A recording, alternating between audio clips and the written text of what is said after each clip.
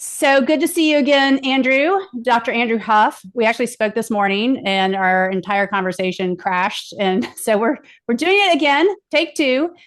Dr. Huff is a scientist, he's an epidemiologist, he has a military background. He's the closest person we have to getting to the bottom of where this virus came from. He worked at EcoHealth Alliance, I believe, 2014 to 2016. And you recently had a interview with Tucker last Monday, where you shared the shocking story. I mean, you became a whistleblower, and then they targeted you. And I want to just follow up on that interview with Tucker and maybe dive into some things a little bit more deeply. So my theory with this virus, I believe it was a weapon. I don't believe it was an accident of nature, and I believe it was intentionally released. And I believe that the CIA was involved in this and are now involved in a cover up. The CIA cozied up to China to get their biotech secrets, in the guise of scientific cooperation.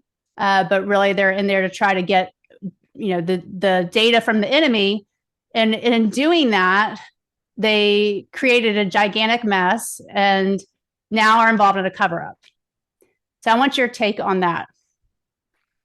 Well, I think you hit all the key points. The interesting aspect is that the intelligence community has been involved in this bioweapons sphere for a number of years. There was something called Operation Paperclip, where they actually brought in a number of Nazi scientists in the United States to continue the U.S. bioweapons program. And that's when a lot of this cloak and dagger bioweapons and dual use technology and countermeasure, aka vaccine or drug therapeutic technology development, really takes off throughout the Cold War.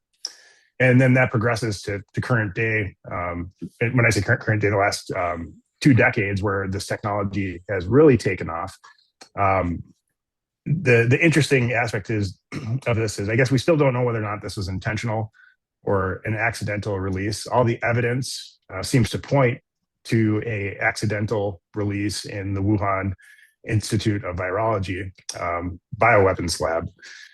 Now, there's been so many psychological operations and misinformation campaigns. I wouldn't put it past the intelligence community to actually have seeded that information with China out to the public, to people like me that would pick it up and analyze it and say, well, this is really where the source of the outbreak is, because there's actually a classic epidemiologic method or study type design that tells you conclusively where an outbreak began.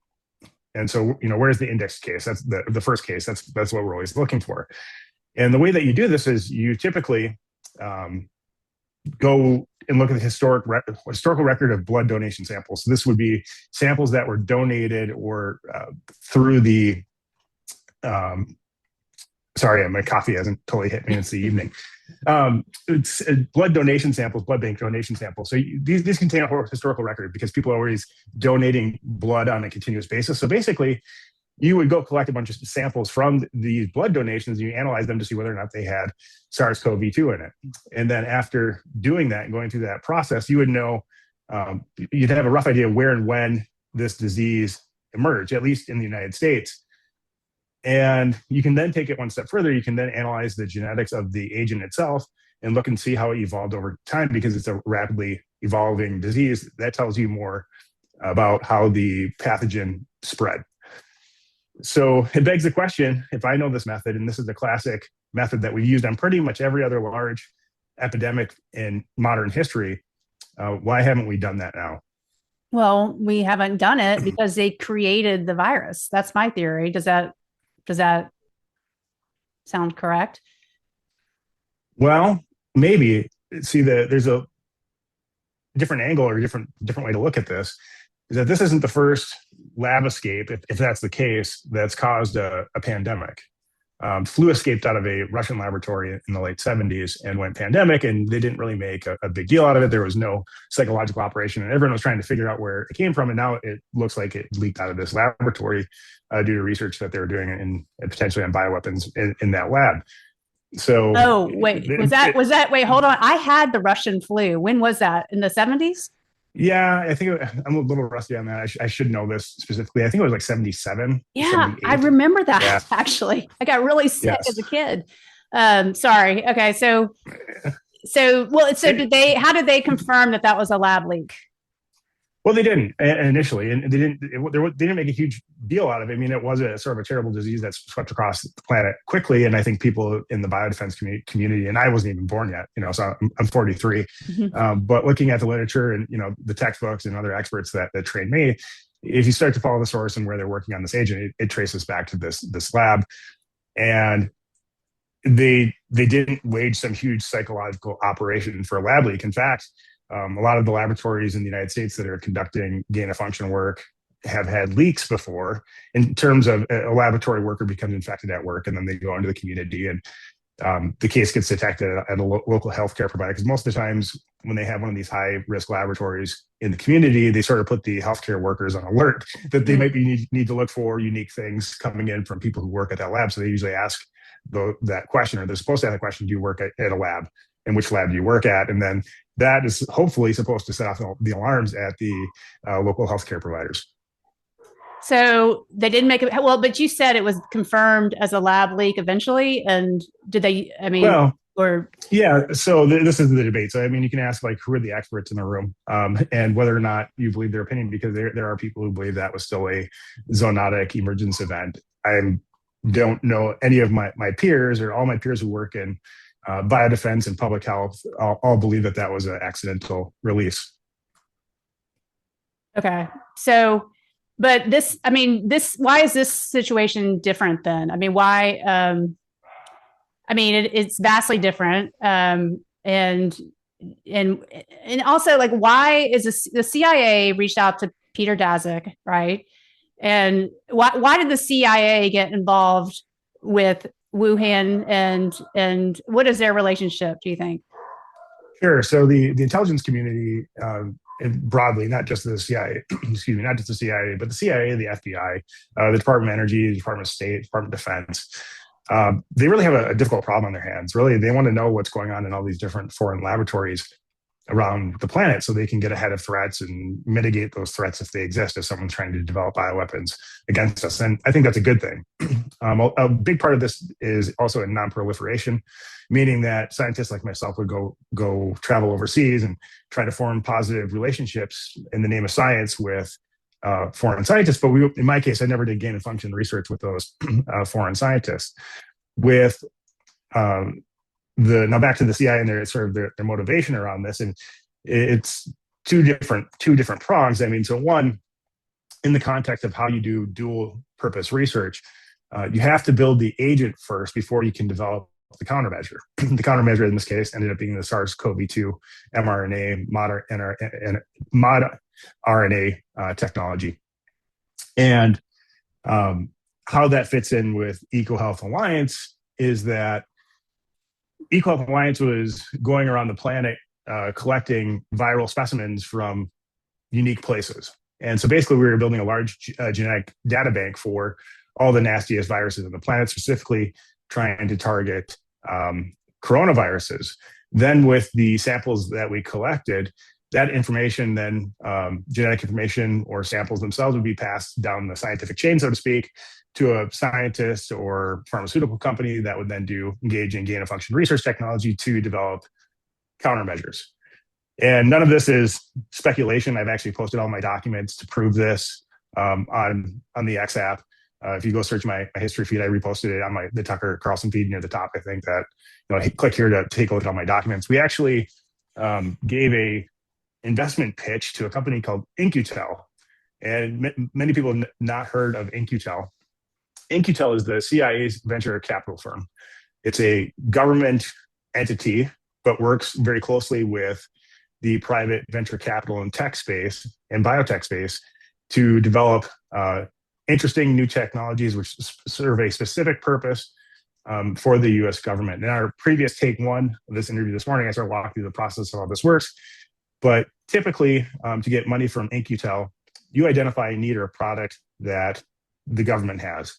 The government agency, like Department of Defense or HHS, will then give you a letter saying, if you can develop and deliver X quantity of this product or service, we will buy it. Then you take that letter over to In-Q-Tel. In-Q-Tel says this is great. And then they work with their network of private sector investors along with the government to get the company seed funded up and producing the technology and scaling it. And then once complete, then you sell it back to the government. It's actually if you're an entrepreneur, it's a pretty sweet deal because you have a guaranteed customer to already buy your product, and then it sets up the investment money. So it becomes very difficult for the entrepreneur in the business to fail. So if you look at In-Q-Tel and who they've invested into, one of the biggest companies they invested into was Moderna. And so Moderna has been making all this mRNA technology for years. And then if you look through the spider web of companies making the precursors and other technologies, it begins to be this very incestuous mix of people between the so-called revolving door in bioweapons, pharmaceutical, biodefense, public health. You see a lot of movement between the Department of Defense, the White House Office for Science and Technology Policy, the CIA itself, In-Q-Tel, FDA, DoD, if I didn't name them, and then over to the pharmaceutical space and these startups. So if you were to look at the sort of like the network analysis of the individuals involved, you'll see a lot of names that you're probably familiar with, and then you can see how they've moved through these different companies. And I actually, if so, when the audience watches this, you can go look at my feed. I actually posted several different diagrams from a journalist named Destiny, who's been excellent at investigating this on her own with no inside knowledge. And she's created some diagrams to show you exactly how people move around and how the money flows. So this is not secret, but very, what's a good way of characterizing this? It's not secret, but it's very well known, I guess, in the entrepreneurial venture capital world. Yeah, and it's daunting trying to untangle it all. Was In-Q-Tel an investor in EcoHealth Alliance? Were they partners? Great question. We covered that earlier. So we had actually made a pitch to In-Q-Tel. So Dr. Peter Daszak, who's my boss, came to me and said, "Hey, we have to make an investment pitch to In-Q-Tel." So he worked on the pitch deck, basically a PowerPoint presentation, brought it over to me, and then he wanted me to add my materials on it. So like the first, I think 20, 25 slides are all his portfolio work with basically us going around fishing for viruses globally, so then we can develop vaccines or medical countermeasures. That's his whole pitch. You guys can go check that out and take a look at the documents. It's right there in Dr. Daszak's own words. And then my section of research, I actually work more on the intelligence side of infectious diseases, developing artificial intelligence tools to detect infectious diseases around the world. So most of this presentation pitch deck is Peter's work. Then there was my little piece of the pitch. Peter actually went, I think, to In-Q-Tel to make the presentation, or somewhere in Washington, D.C. I didn't go to make the presentation. To my knowledge, we did not receive investment from In-Q-Tel. Sometimes they do secretive, kind of quiet investments. I don't know if that happened after I left. It's possible. The interesting thing is that In-Q-Tel did invest in one of our partner companies named Metabiota. So Metabiota was run by Dr. Nathan Wolf. He's since went somewhere else, I believe. And the interesting thing about Metabiota is that it was invested into by a company by the name of Rosemont Seneca, which was Hunter Biden's venture capital firm. So if you take a look at all the different entities and people involved, it's very much a group of I don't want to say elite, but very closely social networked individuals revolving around venture capital, technology, and the government. I believe on Tucker, you said that the mRNA platform will not survive. But when you're describing all these powerful people and this just network of tech and big pharma, it seems like a huge hurdle to get these to get the COVID shots pulled off the market. But what makes you think it can be done? Well, I think it's just a matter of time if the data coming out from the cohort studies being conducted. Eventually, the cohort studies will lead to more structured trials, I believe, or better designed studies, where you have better causal inference. Just recently, there was a massive cohort study in South Korea, which I mentioned on Tucker Carlson, where I think they identified 5 or 6 different cancers associated with mRNA vaccines. And that seems to match what the actuaries have found over on the health insurance and payer side. So all these things are coming together. And what I think happens eventually is that there's a tidal wave of injuries, claims, and liability, which it just catches up with the product, and everyone has to, make the decision: do we keep living with this lie that this is working? I mean, at least specifically for the SARS-CoV-2 vaccine, it's not safe. There's acute injuries and there's long-term chronic injuries from it, and it's definitely not effective. And the risk of the disease today is not as severe as it was when it first emerged, because I believe it evolved to be less severe over time, which usually is what infectious diseases do according to viral evolution theory. So there is one other interesting aspect on this, which we didn't touch on this morning, is that the mRNA technology actually has more practical application in animal production. So we typically don't care about long-term diseases in pets and animals. So, for example, you give your pet Advantix, your cat or your dog, and that's to prevent toxicity, but you're actually giving them a pretty high dose of a pesticide and ivermectin and other things, which can be harmful to an animal over, if it had a longer lifespan. So if a dog lived 50 years, that could cause cancer. However, since we don't have that concern with animal production and the animal has a shorter lifespan, mRNA might stick around in the animal production world. But in terms of human health, I think the writing's on the wall. I think there's 2 aspects to it. There's the scientific public health viewpoint of, is this causing injuries, disability, death? And then there's also the public perception. Will the companies be able to market this? And if people are scared of it, they think it doesn't work, they're not going to take it. And I think we're already at that point. If you look at the number of vaccines that they've sold for SARS-CoV-2, it's dropped off tremendously. So these companies, they're businesses, and if nobody's buying their product, they're not going to continue to make it. And do you think when they released these products, they understood the risk? I mean, or do you think it was they were naive about the risk? Or do you think it was, we have to do it anyway, despite all the risks? That's a good question. So I think there's a couple different things going on. So I think they saw a huge opportunity, and it looked very lucrative to the companies involved. So from their perspective, they didn't have any liability. They're immune from being sued from putting on a potentially dangerous project. They had the U.S. government and global governments around the planet begging for the product. If you follow the whistleblower Brooke Jackson and her work, it appears that they went so far to just force the companies, the CROs that were doing the clinical trial and toxicology work, to either hide or fabricate or alter results to have the appearance that it was working properly. And there's all sorts of tons of ethical issues with that. But I mean, if you were the pharmaceutical company, this was a win-win situation. You just had to get your product out as fast as possible. And that's what they did. So, I don't know what that means in terms of their ability to survive or future liability and what kind of regulations or policies come. But, I suspect that the U.S. population at least won't allow this to go on forever. Do you think Trump made a backroom deal with Pfizer like 2 weeks ago when he brought him into the Oval Office? I mean, that's what it looks like to me. Whether that's what occurred or not, I mean, the perception is, to me, that they had all these vaccine injury claims pending. There's this whole COVID origin debacle, which still hasn't been fully resolved. And then President Trump has AstraZeneca and Pfizer, and within a week, I think, at the White House, it makes deals so that they can get lower prescription drug prices. And my major criticism of that is that $70 billion is not nearly enough to cover the cost of the injuries. And if we're giving them more money to invest into things like our mRNA technology, I mean, it's sort of not a great deal. I think the U.S. government spent a total of about $6 billion on actual SARS-CoV-2 vaccines. But unfortunately, the amount of injuries and disability and death probably far outweigh that.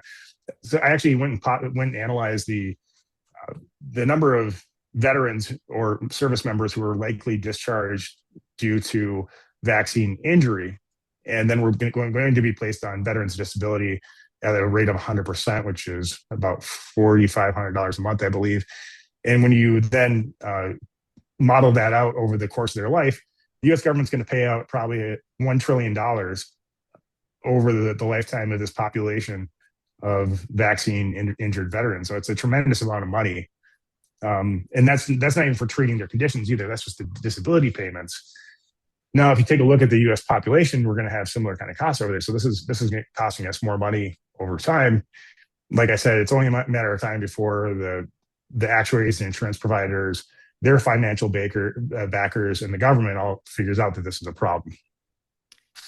Yeah, I worry it's really going to impact the human race. We talked about this morning, that just the disability, the impact on fertility, the increased mortality.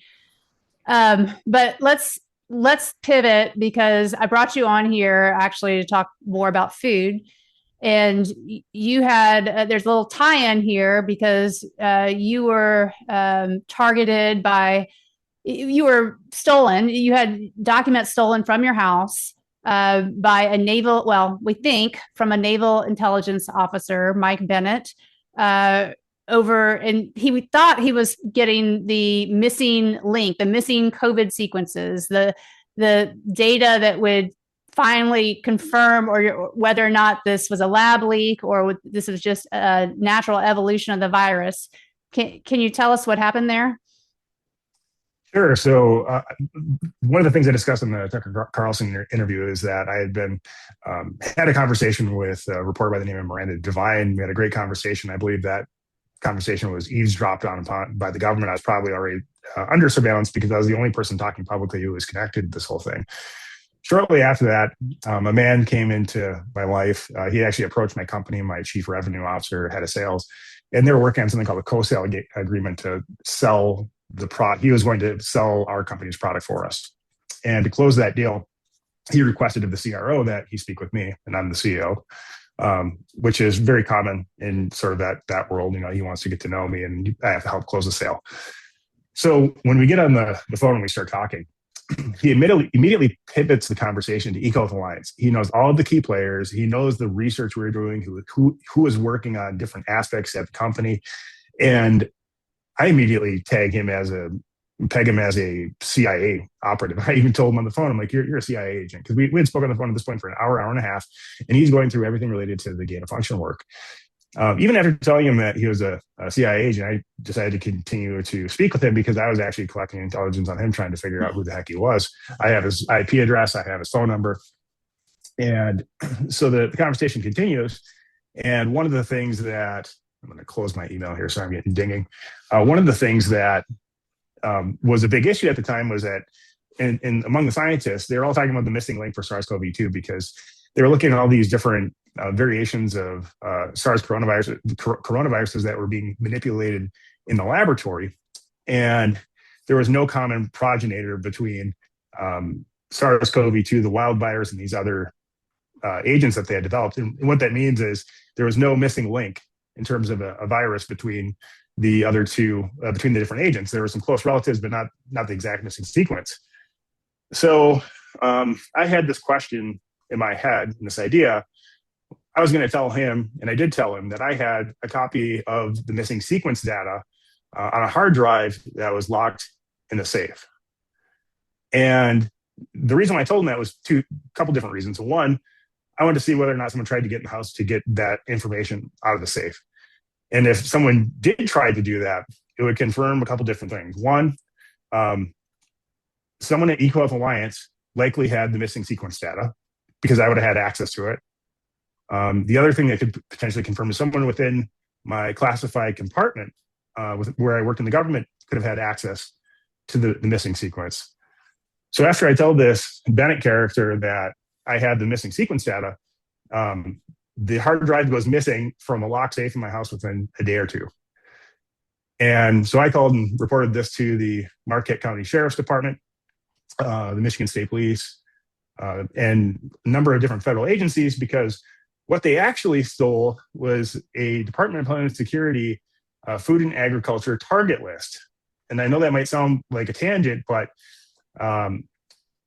so when I was a PhD student, I worked in the Department of Homeland Security Center of Excellence, and I'm actually a subject matter expert on how to use the US food system or global food system as a delivery vehicle for weapons of mass destruction. So part of my dissertation research and continuing research sort of throughout my career is we went around and we analyzed and collected all the data for all the different food facilities in the United States. There's actually about 2 to 3 million food facilities in the US that engage in processing, manufacturing, packaging, repackaging, shipping, and distribution of food, for everything from liquid milk to all the ingredients in the hamburger. So we had all these data about all these different facilities on one hard drive. And for each facility, we went and analyzed, we did what's called like a red team assessment. So if we were going to attack this facility, how would we do that? And could we weaponize this food facility by taking like a batch mix process and adding a poison, a bacteria, a virus, a toxin to it to ship that poison out in something like liquid milk, for example, to see whether or not we would kill a bunch of kids in elementary school. And we were doing this with the intent of, by identifying the vulnerabilities, then we could go back and mitigate the risks. And the US government then would give grant money at that time to the states and to the infrastructure that we're analyzing to mitigate threats. So this is typical national security risk management framework. Well, on this specific data set, it had everything from intentional contamination scenarios to destruction scenarios, including arson. And it had all the key people involved. And really, it is the roadmap of, and the list of all the most critical facilities in the US. So if there's 2 to 3 million facilities, only a few hundred of these facilities are highly critical. And these were on these data that were stolen from the safe. Along with it were the materials, the methods, my notes about, my scientific notes, my lab notes, modeling simulations of what would happen if we actually contaminated this supply. We would actually build simulations to see what would make it out to the consumer or to the person consuming the product. So this was stolen. And so not only did I report the theft, I reported this as a national security incident to the FBI, DOD, DHS, I mean, you name it, alphabet soup. Well, in 2022 and 2023, and maybe even into 2021, there was a spate of arsons against food facilities in the United States. So when I noticed this, I'm like, God, this is really weird. And that some of the facilities I actually recognized as being critical facilities that were well known as, this is a facility you would destroy. And so then I went and analyzed and investigated 200 of the incidents. And of the 200, I think roughly 90, I could confirm looked to be intentional attacks. Like it wasn't an outlet. I was being very conservative with my estimates, so I didn't want to have like a false signal from saying that all these are terrorist events. So I used a very high threshold. I analyzed these. And when I did the statistics and the probability calculation on whether or not these facilities were statistically associated with that data set, the result was 1 in a trillion. And I had never seen a statistical value that a probability calculation that high in my life. I mean, they say that the chance of these sequences in SARS-CoV-2, for an example or comparison, is a 1 in a billion chance that these man-made sequences would have occurred in nature in the actual wild type virus that we see, wild type, I'll say. So, I mean, I was pretty upset about this, as you can imagine, because here we have the Department of Homeland Security Food and Agriculture target list being weaponized back against the United States because it's statistically impossible that somebody would just go pick all these facilities at random, and they'd happen to be the most important ones in the United States. And I know that shortly after I started reporting this, I think the FBI sort of went into a panic mode because the FBI agent that I reported to didn't even know what the FastCat data were. And she was supposedly a weapons of mass destruction expert, but yet she knows nothing about the sector that she's trying to protect. I mean, you can't make this stuff up. So it comes out that they started to put out messaging that, well, it could be the Chinese doing this. Well, I've been working with a number of different state governments now, and I'll get to that here in a second, and other national security experts, and we don't believe that this was the Chinese. It looks like it fits more the pattern of Antifa or eco-terrorists, or maybe a foreign government from Europe, or someone operating clandestinely that has a large footprint in the United States. Because if you look at how spread out, the United States is huge, and you look at the distribution of all these facilities that I brought down, it seems to be regional in nature. The rate at which they happen, it could have just been one person, so you'd have to have multiple teams doing this, and they'd have to be socially networked. So that remains a mystery. There hasn't been an investigation, but so as part of this, 5 weeks ago, I took it upon myself to start warning and disclosing to the different states and industries and companies impacted that there was a national security breach, and just to be aware of what's happened. I've actually been sending emails out to every state legislator or state senator in the impacted states. And that has had a very, I guess, I wouldn't say warm response, but I'd say sufficient to warrant independent investigations in several different states against the state of Michigan and Marquette County for their failure to investigate the theft of the national security data. Because if the federal government's not going to do it, the states also have the right to investigate this because it's their critical infrastructure that they're protecting. So, I mean, all this is unfortunate, but if the federal government's not going to investigate this, we have to do something. Again, is this a cover up, or is this just incompetence? And I mean, why it happened 4 years ago, right? And then whatever happened to the guy that you talked to? Is it Mike Bennett, the naval intelligence officer? Did you ever talk to him or see him again? No, I haven't spoken with him since, and that could have been a pseudonym, that could have been a fake name. So I don't know if this is the same Mike Bennett or not. But when I started to dig around, who is this Mike Bennett character? There is a Mike Bennett that is a naval intelligence officer that also worked at the Department of Homeland Security. His wife just happens to be a naval intelligence officer as well, and also the FBI CIA liaison, which is an interesting role. So I don't know if it's this couple or not. But the really strange thing is that the U.S. government hasn't investigating this, and they haven't provided me back with any information. Even more fascinating is that I actually have biometric data, which I collected because I'm a trained criminal forensic investigator. I have fingerprints that I've collected from my house. And the Marquette County Sheriff's Department, the Michigan State Police, and the FBI have all refused to analyze these prints.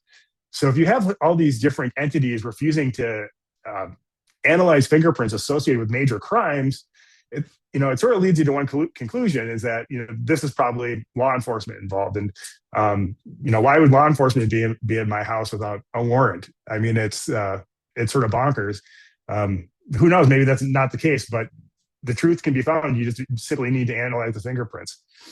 Are the attacks continuing, or have they calmed down? Are they? Oh, it's been quiet at my house actually for a couple of years. And for the audience, I mean, this is sort of old news. I mean, it's funny that it's finally making it to the national level, or having impact at the national level. Finally, I mean, this stuff happened 3 years ago, and it had been mostly quiet, and it's mostly quiet around my house. I mean, I think maybe because my profile is higher now, I do get a few strangers following me around or looking at me, but that's just that's to be expected. I'm sure you experience the same kind of thing. Well, I have no idea. So I'm not trained in those manners. But what are the attacks on the food plants, the food processing centers? Are they still going on, or is that subsided? No, it just magically stopped. And that's what's even the weirder part. It really went on. It seemed to be at a pretty steady pace for about a year and a half, and then it trailed off.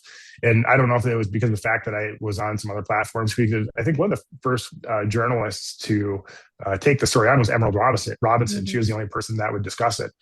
And so I think once the story started making it more to the mainstream, then it fizzled out. Well, before we go, I want to touch on another thing you talked about on the Tucker interview, and that's the synthetic biology which really sort of rattled me. The idea that we don't need a virus, we can create one in the lab now out of nanotechnology and using AI to do it. It just sounds terrifying to me. So can you expound on that, the things that you talked about on the Tucker interview? Sure. So machine learning and AI, and I don't like to call it AI because it's really not general intelligence, but everyone calls it AI now. But so for lack of a better term, AI is being used to construct different molecular sequences and also genetic sequences. And they've used this now for the rapid coding and prototyping of the mRNA platform, for example. Just staying within that line of technological development, they're to the point where you can actually have synthetic clones of viruses. And that we're already to that point. The interesting, and when I say synthetic clones, it's basically you're taking the recipe for something that already exists and just constructing it out of the same type of material. So it's not really that advanced. Now, the synthetic biology component gets to be a little messy because there's what's real, what's sci-fi, and what's possible in the near future. And you don't want to be framed as a quack from going too far into the sci-fi realm. So there's a lot of debate about what we should call these synthetic beings. You can call them synthetic entities. They're not at the point yet where they're self-replicating, and that's going to be the next challenge. And once that challenge is tackled or surmounted, we'll be able to we'll be in the next phase where these things can replicate on their own. So we're at the point where these synthetic units can be created. There's three primary, I think, or three different possible ways that, let me make sure I get this correct. There's three different base technologies and approaches to this. So one, you could have a life mimicry concept. So that'd be a carbon-based chemical reaction type unit.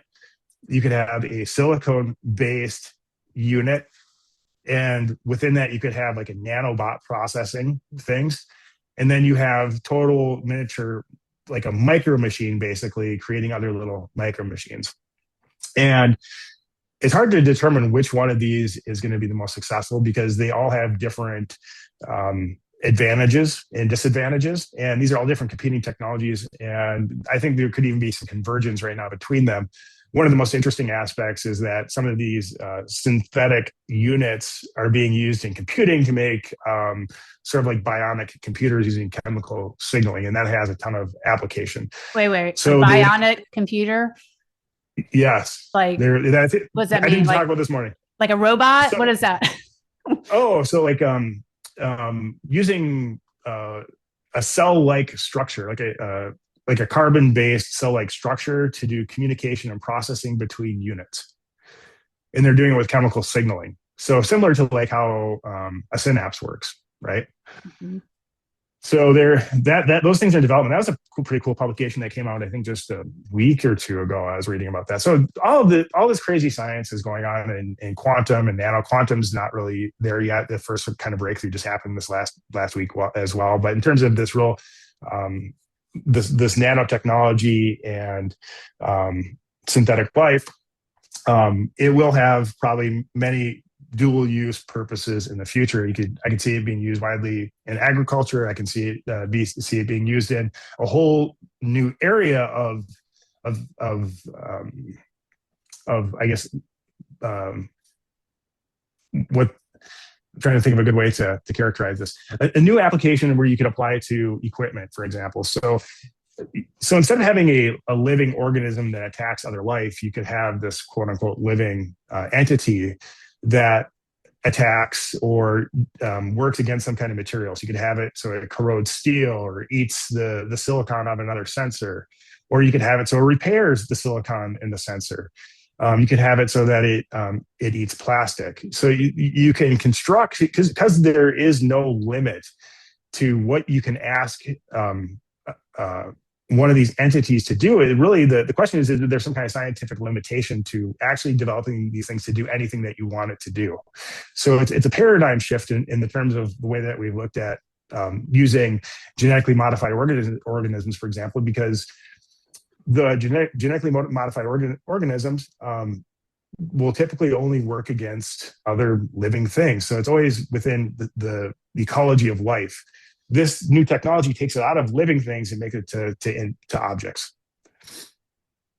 You're not making me feel any better. I mean, if this technology gets in the wrong hands, I mean, no wonder we're trying to cozy up to China, because if our enemies get this, I mean, there's, it's, I'm trying to wrap my head around this, but it just sounds like, the nuclear bomb on steroids. I mean, am I right? Or, give me a worst, give me like a worst case scenario. Give me something, just what could they do with this that would really wreak havoc on us?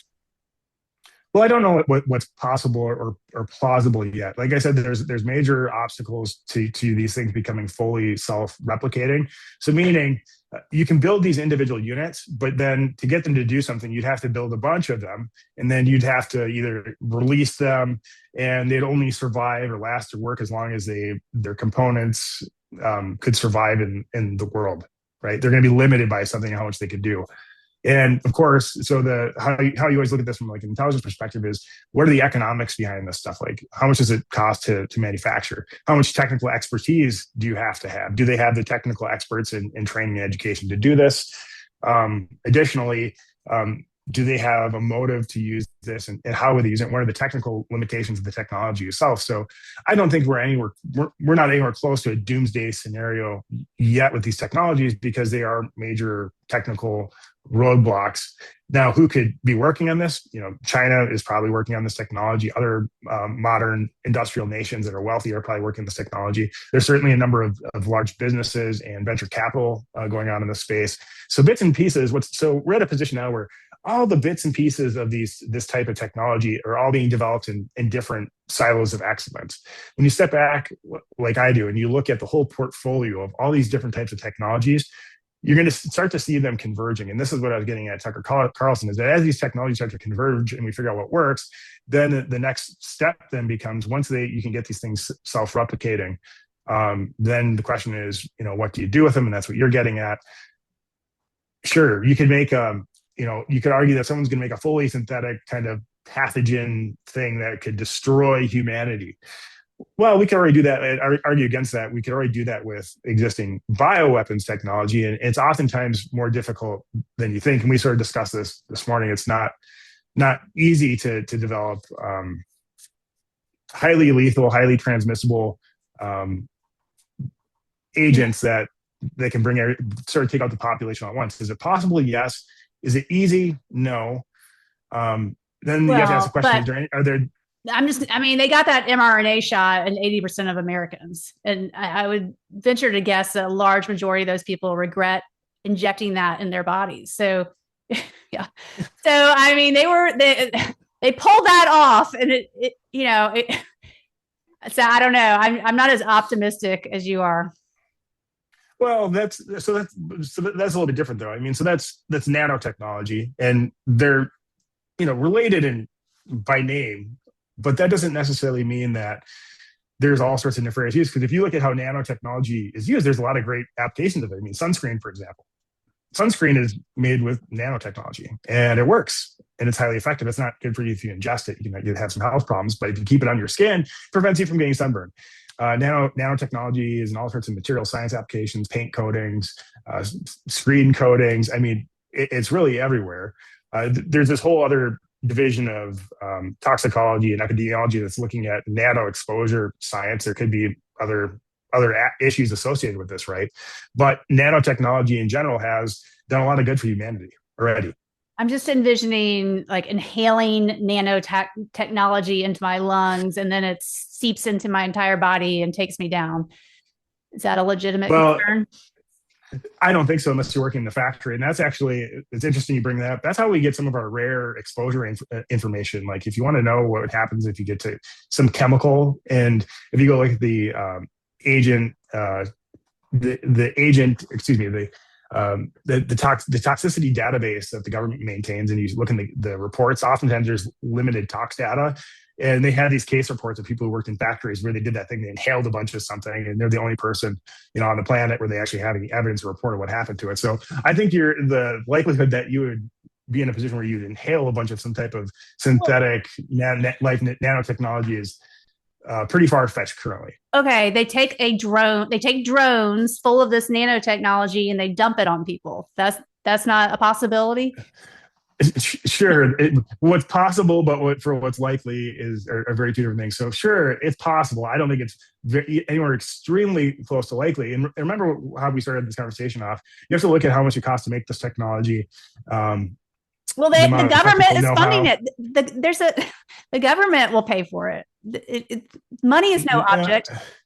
Oh, it is. When you work on this kind of research, actually, the money is an object, and you have to, when you work on this kind of high risk research, you have to show results. Otherwise, they're going to cut your funding off. So if you're going around wasting your money trying to dump your new nanotechnology with drones, you're probably not going to make it very far. And even worse, you're probably going to be in a situation where somebody might steal your technology from you to get their hands on it. I mean, that's another thing that happens in this type of space, is that you have a lot of other companies trying to create, and governments conducting espionage against your company, trying to get the technology from you so they can see how far along you are, replicate it.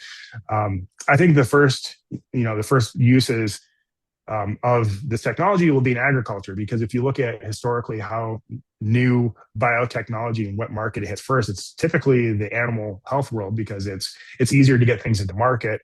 And if we're using these things on plants, I think that there's in the soil, there's probably applications there. Now, once again, that's sort of getting into the sci-fi realm, because we're not close to there yet, but we're going to have to be developing surveillance systems for monitoring these new synthetic or units. If it's not quite life yet, if we're going to agree to the term units, to monitor this technology and detect it when it exists, because we don't want to cause some kind of ecosystem disruption. And these are the classic issues that we always struggle with new technology development and using it to solve problems. But who in the government is making sure all of this is safe? I mean, is there a regulatory agency that's monitoring all this? Well, it depends. So the government's a massive, U.S. government's a massive enterprise. So it depends where it's being created, what the purpose or intent is for its creation. And then on top of it, though, if this technology is being developed in the private sector, they can just develop the technology unless there's some kind of exposure, occupational exposure risk through like OSHA, for example. Mm-hmm. So, I mean, some of this might be lightly regulated because it starts to get in the OSHA category if there's known hazards. And trust me, if you're working in this kind of stuff and you're concerned, you're going to protect yourself, right? I mean, that's usually how this works. So I'd say that the regulation on this is sort of non-existent unless you're doing animal or human subjects research. A lot of this, though, is advanced technology, so it falls under export control. So you're probably being watched by people if you're developing this, because they don't want it to fall into enemy hands. So with a lot of things in science, it's just not heavily watched, and we still don't have a gain of function ban, right? I mean, like gain of function research is still going on to this day. I don't know whether that will ever happen. And actually, I've changed my perception on whether or not it should even be banned in the first place, because if all of our enemies are engaging in gain of function research internationally, I mean, we should be doing it too. As terrible as that reality is, I'm accepting of it. If you have other people that hate the United States engaging in this work, we better be doing it too. I don't think I'm going to sleep very well tonight. That's just a lot to digest. But thank you so much, Andrew, for coming on, and very interesting information, a lot to chew on. Where can people find you? And are you working on a second book? Oh, I have 2 or 3 other books that are in production, and I keep on sort of changing the theses of those books, unfortunately, as history is evolving around the writing of those. They can find me on X. My handle is AGHUFF, Huff. Rumble, I haven't done any videos well, but if you use AG Huff at any of the social media platforms, it's the same handle on all those, and that's where they can find me. All right, great. Well, thanks so much for coming on, especially twice in one day, and look forward to hearing. Hopefully, some of these government people will actually respond to your alarm with the food situation. Well, the state folks already have. It's just a matter of the federal government catching up to speed, and I think they will eventually. Great. Well, thanks so much for all your work. Thank you.